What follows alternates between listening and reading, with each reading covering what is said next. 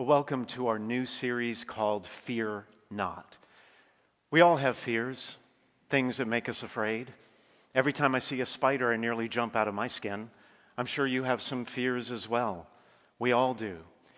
According to the most recent survey of fear in America, what we're most afraid of are corrupt government officials, nuclear annihilation, and complete economic collapse. Other common fears include our loved ones getting sick and dying and not having enough money for the future. There is no shortage of opportunities for us to be fearful. But with faith, we do not have to be afraid. In the scripture, God says, "Fear not, I am with you. Be not dismayed, I am your God." Those are comforting words. But even with those assurances, it's easy to become afraid in our uncertain and sometimes dangerous world. So in this series, we're looking at how to manage fear through faith. And today I want to talk with you about one of the most common fears that we all have to face, the fear of change. Most people do not like change. When circumstances take an unexpected turn, it can make us feel out of sorts, upset, and we can feel unsettled. I'm a person that loves routine. I'm that kind of person. I love routine. I wake up at the same time every day. I do the same thing every morning. I talk to God for a little while. I like to go outside and go for a run on certain days and go to the gym on other days. They're always the same days. I eat the same breakfast every day at the same time. My whole day is like that. My work also takes on a familiar pattern. On Mondays, I meet with staff members individually. Tuesdays, I write my homilies. Wednesdays are packed with other kinds of meetings. On Thursdays, I like to go over to the school for a while. Fridays are dedicated to memorizing and rehearsing my homilies for the weekend. Saturdays are about getting ready for Sunday, and Sunday, of course, is my Super Bowl. I love the routine. I love my schedule. I love when things stay the same week after week. I am a very predictable person, and my guess is you are too. And that's because structure comforts us. Familiar habits make us feel safe. In the scripture, God rescued the Israelites from slavery in Egypt. Through Moses, he led them out into the desert and was with them day after day. But soon they started grumbling and complaining. They missed the food in Egypt. They wanted their old lives back, even lives as slaves. At several points in the journey, they were tempted to turn back rather than continue to face the unknown. When they reached the edge of the promised land, they sent out spies to see if they could conquer the territory. The report came back, no, the people who lived there were too big, too strong, too powerful. So they said to one another, "Let us appoint a leader and go back to Egypt." Change is frightening.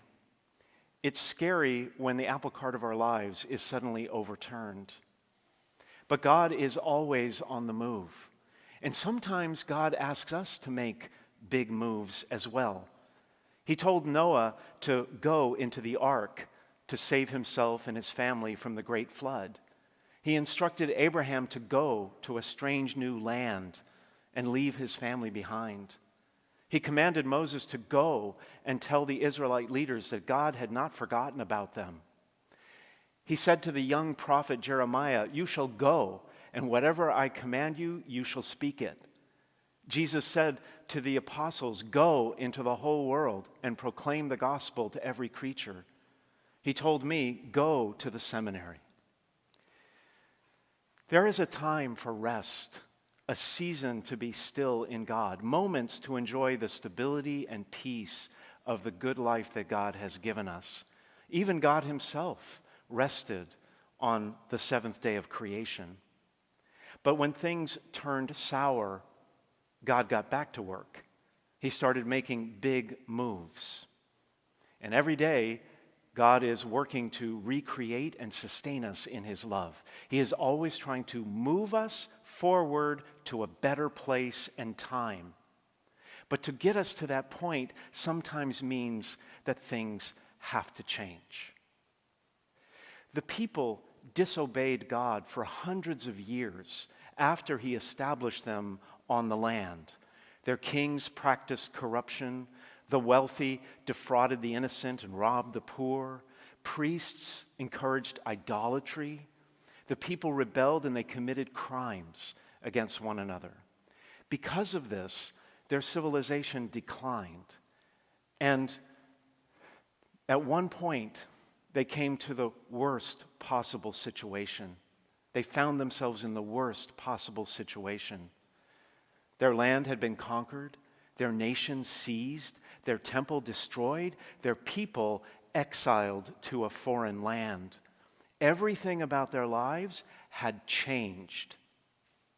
They were experiencing tremendous loss. But at their worst moment, God raised up a courageous prophet named Ezekiel. Ezekiel encouraged the people with many images of a bright future. One day, he said, the people would be restored to the land. One day, water would flow from the temple. One day, dry bones would come to life again. And one day, Ezekiel said in the first reading, God would take a tiny twig from the top of a majestic cedar tree and plant it on a high and lofty mountain. And that tiny, torn-off twig would eventually grow into a towering tree of its own, majestic and strong.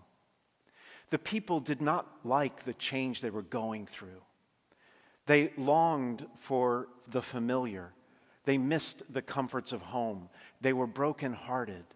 But that tiny twig that God tore off and replanted was his promise that one day he would send a Messiah, a mighty king in the line of David, who would come and restore the people to their former glory.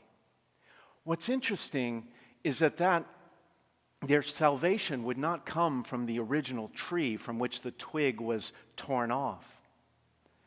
No, the new Messiah, that king, would come from the new kingdom that sprouted from the twig that was planted at the top of that high and lofty mountain. The old tree would not continue to grow as it had in the past. That tree represented the line of kings that came after David. But God was promising something new, a new tree with new branches in a new location.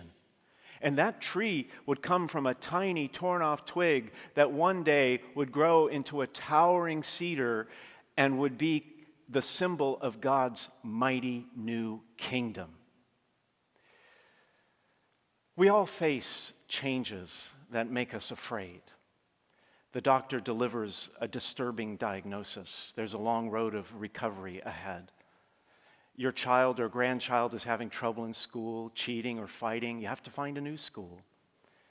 Your company moves. You either uproot your entire family or find another job. Your small business is suffering and struggling. You might be forced into bankruptcy. A parent passes away. The arrangements have to be made. The estate has to be managed. Or you're growing older and soon you're going to have to think about transitioning into assisted living. It's tempting to become fearful, even bitter, over the changes that we have to face. It feels like we're being uprooted, displaced from our source of security, and relocated to unfamiliar ground. But what if you knew? What if you knew that God was about to plant you in new soil that was richer and even more fertile? What if you knew that you were about to experience abundance and new growth and new life and new levels and new increase like you had never seen before? What if you knew that you were not being torn off to die, you were being torn off to tower, cut down to be lifted up, pruned away from the tree so that you could produce even more fruit?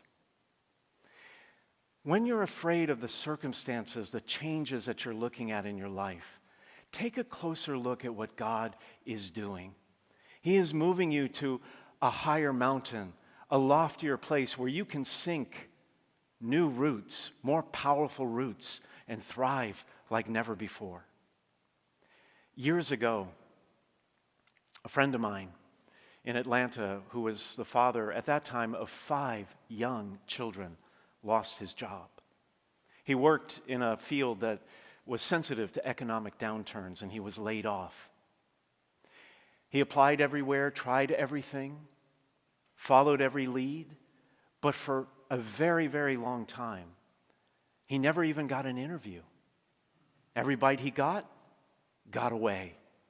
This lasted for years. For years, he had to go on unemployment benefits. His wife had to find a job despite the 5 young children at home. They had to dip substantially into their savings. They thought they were going to lose their house.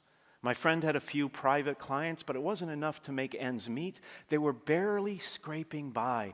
Every day was a struggle for years. How was he going to send his kids to college, 5 of them? How was he going to even feed his family if the situation didn't finally change? But my friend trusted God and knew that in his time he was moving him to new ground, to higher levels, to better things. One day he landed his dream job. He now travels the world for his new company. And he just sent me a picture and a text from South Africa just to make me jealous. It worked. It worked. But today, everything is better. His kids are grown up. They got through college, all of them. They're married. Many of them are married. He's the proud grandfather today.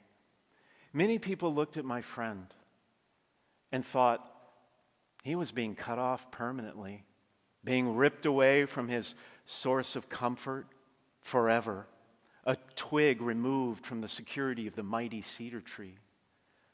But people didn't see what God was doing underneath the surface. He was getting ready to cause the growth. They didn't see that my friend was being torn away, ripped away, so that he could tower, cut down so that he could be lifted up again, pruned away so that he could be replanted in a new, more perfect meadow. Change is difficult, to say the least. It's uncomfortable. It can even be frightening. But God uses change to move us to higher places, better land, and greater abundance. The problem is the in-between time, the transition when you don't know what's happening or why it's happening. You don't feel like you belong either place, the old place or the new place. You may not even know where the new place is. You feel small, insignificant, like you don't belong. You're overlooked, ignored. Why am I here, God? But think about that mighty new kingdom that God formed out of the tiny twig ripped off from that majestic cedar. That new kingdom began like a tiny mustard seed, Jesus said in the gospel today. A tiny mustard seed that no one cared about, no one noticed. It was overlooked, forgotten. The whole mighty kingdom that we know today began with just an itinerant rabbi that nobody had ever heard of and a few band of followers.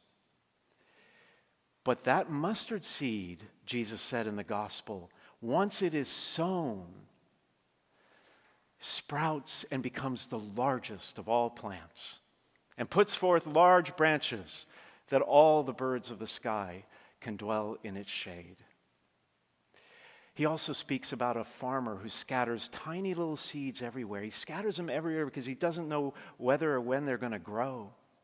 He goes to bed and he wakes up day after day, and the scripture says that the seed would sprout and grow, but the farmer did not know how.